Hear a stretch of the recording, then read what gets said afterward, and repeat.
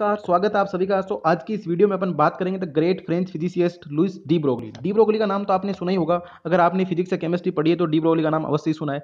अपन ने पढ़ा था dual nature of matter, every matter has two form, wavelength and particle form. इसके बारे में सबसे पहले लुइस डी ब्रोगली ने बताया था।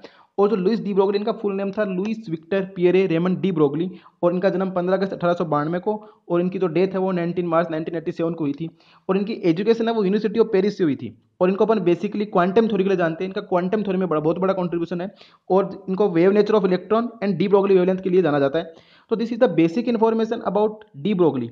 पर आपको जानकर बड़ा आश्चर्य होगा कि इन्होंने अपने ग्रेजुएशन में हिस्ट्री पढ़ा था। 1910 तक इन्होंने हिस्ट्री पढ़ा, और उसके बाद जब इनकी फर्स्ट वर्ल्ड वॉर के दौरान रेडियो स्टेशन में जॉब लगी तो इनको साइंस में इंटरेस्ट आने लगा। और इनका इंटरेस्ट का लेवल ऐसा था कि उन्होंने 1924 तक अपनी डिग्री कंप्लीट करी, और इसके बाद इनको 1929 में फिजिक्स में नोबेल प्राइज मिला। तो आप इनका लेवल ऑफ इंटरेस्ट देख सकते हैं कि इन्होंने हिस्ट्री पढ़ा और उसके बाद इनको फिजिक्स में नोबेल प्राइज और क्वांटम थ्योरी में इनका इतना बड़ा कंट्रीब्यूशन। सो आई होप आपको ये इंटरेस्टिंग इन्फॉर्मेशन अच्छी लगी होगी। So thanks for watching and keep continue watching exponential mathematics. Thank you.